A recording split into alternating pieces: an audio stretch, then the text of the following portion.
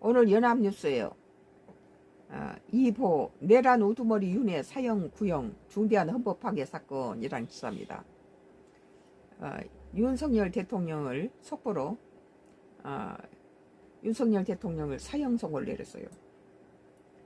2026년도 1월 13일자 기사입니다. 내란 우두머리 혐의로 기소된 윤석열 전 대통령의 법정 최고형인 사형이 구형됐다.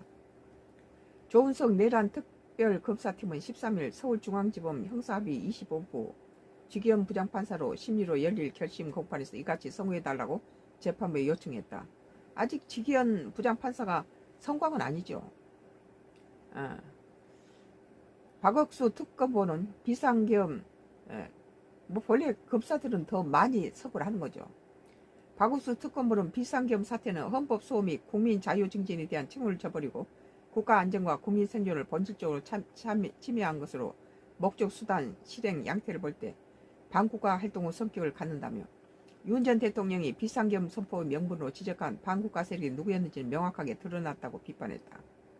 전두환 전 대통령이 광주 시민들을 위해서 발표했던 그대 비하면 윤석열, 거기는 정권을 잡기 위한 탈환한 것이지만 이미 정권을 잡고 있는 윤석열 대통령이 뭐가 부족해서 내란을 일으키겠습니까? 말이 안 된 소리죠. 그건 31명을 줄탄핵시키고 사법을 장악하고 130명의 1명의 171명의 거대 여당의 삼권을 다 무너뜨리고 사법을 장악하고 이런 상태에서 대통령이 비상겸은 헌법 원로 학자들이 말한 것처럼 그것은 대통령 고유 권한이지 내란 아니죠.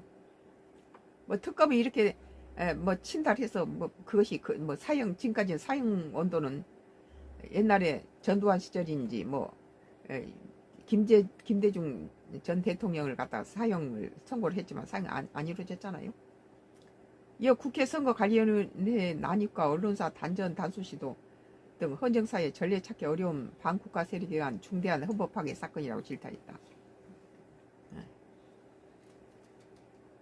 이런 것들이 여러 가지로 우리나라의 안보에 여러 가지 도움이 안 됩니다. 이런 식으로 정치 보복을 하고 그러면 안 돼요. 이 국회 선거관리위원회 난입과 언론사 단전, 그런 윤 전 대통령은 자신의 행위가 헌법 질서와 민주주의에 중대한 침해를 초래했는지에 대해 성찰하지 않았다며. 그런데 왜 그때 당시에